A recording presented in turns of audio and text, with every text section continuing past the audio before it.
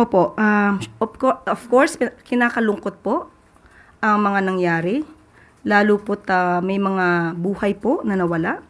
May mga kababayan din po tayo nasaktan. Hindi magandang balita po ang ganitong klaseng aksidente. At dahil sa pag-uutos po ng Pangulo, na mabigyan agad ng hustisya ang mga pamilya na nasawi. Umaksyon po agad si Transportation Secretary Vince Dizon at siya po ay nagbabala at nagbigay na rin po ng agarang pag-uutos patungkol po sa regular and mandatory drug test for public utility vehicle drivers. Effective immediately. Napakaganda pong kautusan po yan. At yan din po ang direktiba po ng Pangulo para po maiwasan kung ano man po ang maaari pang mangyari na aksidente.